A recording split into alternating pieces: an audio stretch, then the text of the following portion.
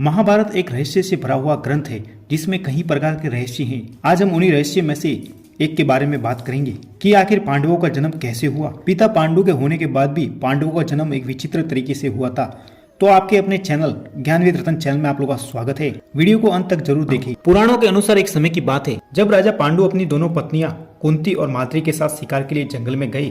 जंगल में उन्हें एक मृग का जोड़ा दिखाई दिया जो समागम कर रहा था। राजा पांडु ने उसी समय मृग के जोड़े पर बाण चला दिया जिससे एक मृग की तत्काल मृत्यु हो गई। मृग ने मरते समय राजा को श्राप दिया कि तुमने मुझे समागम के समय मारा है, तुम भी जब कभी अपनी पत्नी के साथ समागम करोगे तब तुम्हारी भी मृत्यु हो जाएगी, ये मेरा श्राप है।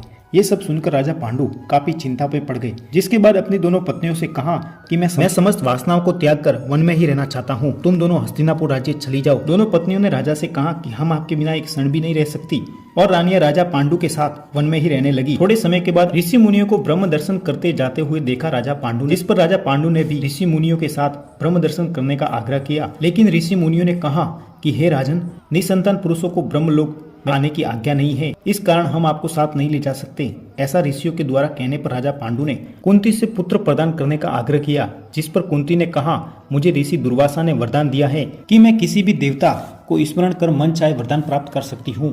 आप ही मुझे बताएं कि किस देवता का स्मरण करूं। राजा पांडु ने धर्म के देवता को स्मरण करने को कहा, जिससे धर्म देवता से जो पुत्र प्राप्त हुआ उसका नाम युधिष्ठिर रखा गया। जिसके बाद थोड़े समय के बाद वायुदेव और इंद्रदेव को भी स्मरण करने का आदेश दिया, जिससे वायुदेव से जो पुत्र प्राप्त हुआ उसका नाम भीम तथा इंद्रदेव से जो पुत्र प्राप्त हुआ उसका नाम अर्जुन रखा गया। इसके पश्चात राजा पांडु ने कुंती को आज्ञा दी कि इस मंत्र की दीक्षा माद्री को दी जाए, जिसके बाद कुंती ने ऐसा ही किया। माद्री ने अश्विनी कुमारों का स्मरण किया, जिससे नकुल और सहदेव नाम के पुत्र प्राप्त हुए। थोड़ा समय बीतने के बाद राजा पांडु और रानी माद्री जंगल में भ्रमण कर रहे थे कि राजा पांडु का मन अचानक चंचल हो गया, जिसके बाद मैथुन की इच्छा ने जन्म लिया। जिस क्षण दोनों मैथुन करने में लगने ही वाले थे कि मृग के दिए गए श्राप के कारण एकाएक राजा पांडु की मृत्यु हो जाती है, जिसके बाद रानी माद्री भी राजा पांडु के साथ सती हो जाती है और पांचों पांडव पुत्रों का पालन पोषण रानी कुंती द्वारा किया जाता है। तो दोस्तों ऐसे हुआ था पांचों पांडवों का विचित्र तरीके से जन्म। आशा करता हूँ हमारा वीडियो आपको अच्छा लगा होगा, तो वीडियो को लाइक करें और ज्यादा से ज्यादा शेयर करें और साथ ही चैनल को सब्सक्राइब अवश्य करें।